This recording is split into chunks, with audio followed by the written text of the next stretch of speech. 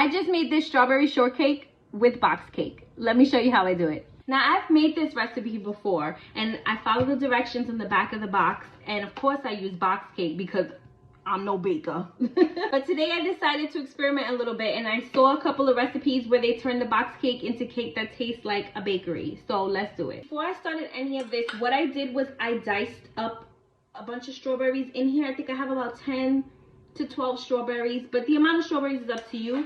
And I just put a couple of spoonfuls of sugar, and I'm gonna let them sit in this sugar. And if you look inside, they're already starting to release their own juices, and that's what you want.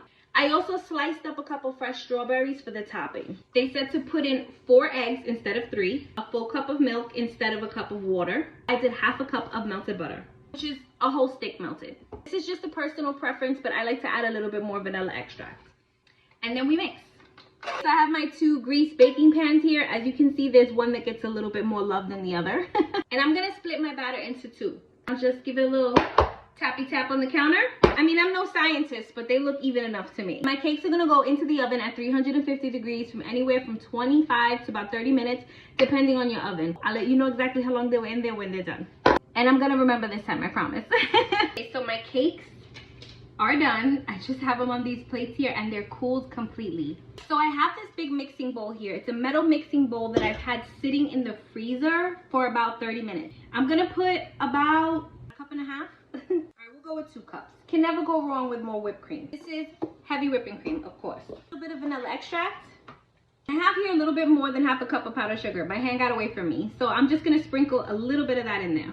And we mix. At this point, before it's completely done, I'm gonna taste it for sweetness, and I'm gonna see exactly how much more powdered sugar I'm gonna need. You don't want it to get till it's completely done, because then it'll be over mixing, you know? Just a little bit more. And my whipped topping is done. Look at how beautiful that is. Nice and thick, which is what you want. I ended up putting about a cup of powdered sugar, just because since it is gonna be your topping, you do want it to have a little bit of sweetness. The good thing about it is, though, if you make this at home, you can adjust the sweetness however you want. Now we're gonna start assembling. Got my beautiful cake here. I'm just gonna slice the top off of it just to even it out. I'm gonna put some of this whipped cream down. You can put as much or as little as you like in your layers. This is what we like, okay? Look at that beautiful, gorgeous, glistening syrup. That's what you want. I'm gonna take all of that with the syrup and pour it onto our cake. It's okay if the syrup pours down the side. Look at that, beautiful. That's what I like to see. Nice thick layer of strawberries all the way around. Now I'm just gonna take my other little buddy over here. I'm not even gonna cut the top off of it, and I'm just gonna put him right on top and just give it a little squish down. Just gonna go ahead and put some more whipped topping right on top. You can make it look fancy and all even and pretty. In my house, we don't really care about any of that. I'm just gonna put some strawberries all the way around. Okay, so I know like 2 seconds ago I said I wasn't gonna do anything fancy, but I just couldn't help myself. She's been sitting in the fridge for about an hour. Let's cut into her. I don't know if you can see the inside. You know the first slice is always a mess. A little bit of strawberry, some whipped cream. Oh my God.